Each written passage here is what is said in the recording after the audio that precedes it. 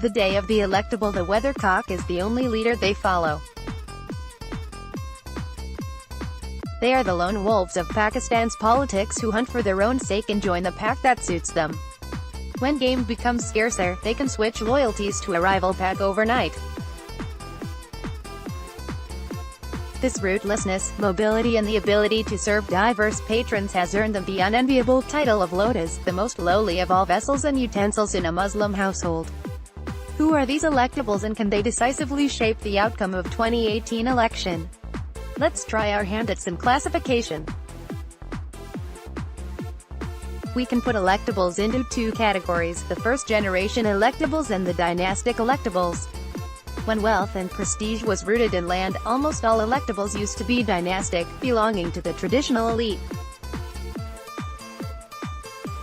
This has changed substantially. A good part of the electables, particularly the first-generation electables, are now mid to large-scale businessmen, while some are even middle-class professionals.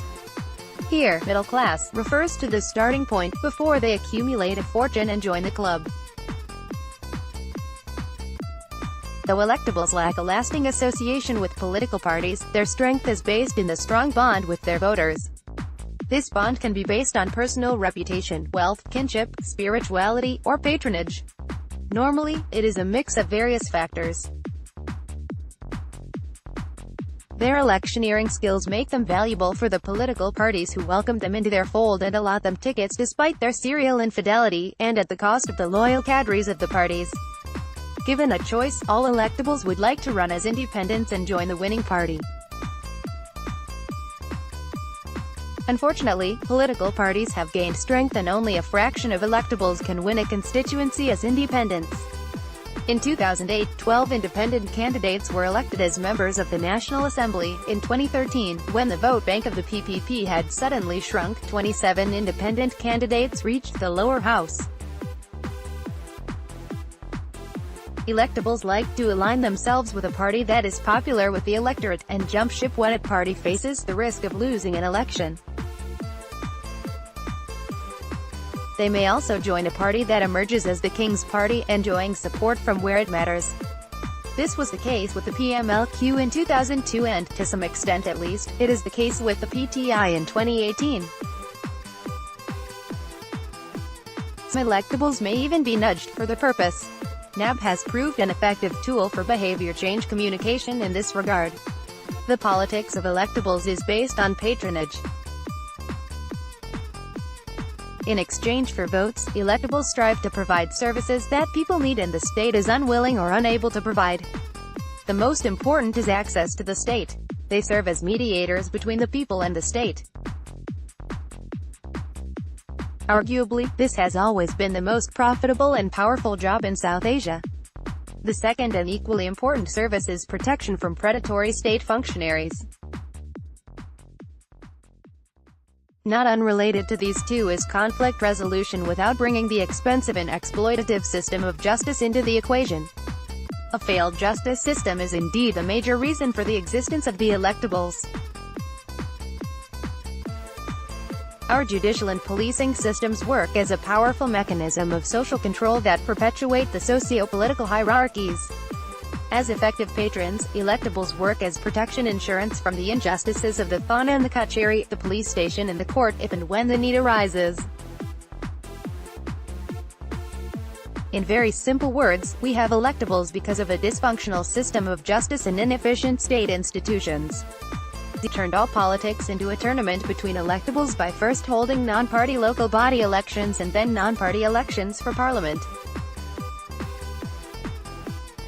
This produced a whole new crop of electables, and ushered in the golden era of electables that continued till 2008. The defections by electables kept the political system unstable during the 1990s when attempts were made to topple both the national and the provincial governments. In 1993, the then Punjab CM Ghulam Haidar Wine's government was overthrown by Manzoor Watu's defection. In 1994, the then KPCM Sabir Shah's government was removed by opposition leader Aftab Sharpao's efforts to win over defectors from other parties. In 1997, the electables faced a setback when the Nawaz Sharif government incorporated provisions against defection into the Constitution by inserting Article 63A through the 14th Amendment to the Constitution. The anti-defection clause made it almost impossible for electables to change their loyalties midway or vote act against the policies of their political parties. The Musharraf government was able to herd a large number of electables from the PMLN to the PMLQ. The general election of 2002 under Pervez Musharraf resulted in the PMLQ winning 118 seats in the National Assembly, falling short of attaining a majority, while the PPP won 81 seats. Only with the support of turncoats from the PPP did the PMLQ succeeded in securing a majority to enable the then PM Zafarullah Khan Jamali win a vote of confidence on November 15, 2002.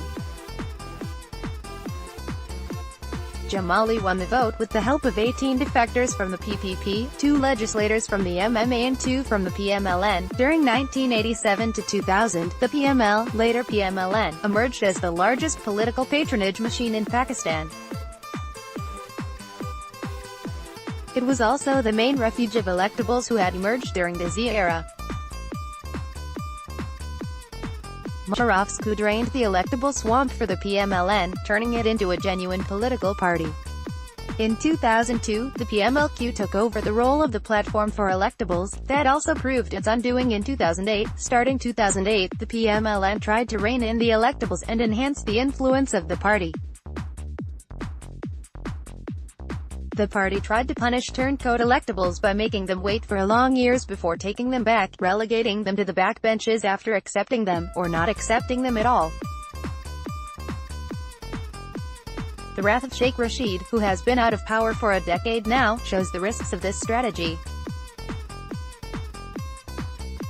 However, the party has gained by putting loyalists at the top of the power pyramid. Both the PMLN in Punjab and the PTI in Khyber Pakhtunkhwa also tried their hands at state building by limiting political influence on state functionaries. Though it was done to improve service delivery, it had a negative influence on the influence of electables who found the doors of bureaucrats slammed shut upon them.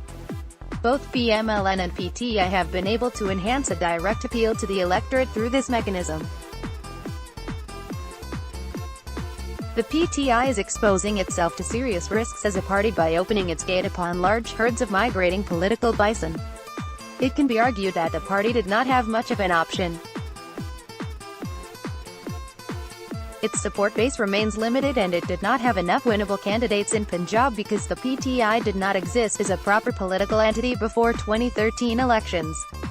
As Imran Khan has explained, the PTI did not have enough electables in its fold because they were not willing to join the party. The PTI is facing a challenge from the electables who have been denied a ticket for the coming elections.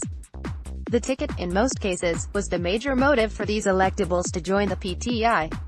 However, the PTI's biggest challenge remains public opinion. Despite 5 years of unrelenting campaigns and rallies, it has not been able to substantially dent the popularity of the PMLN.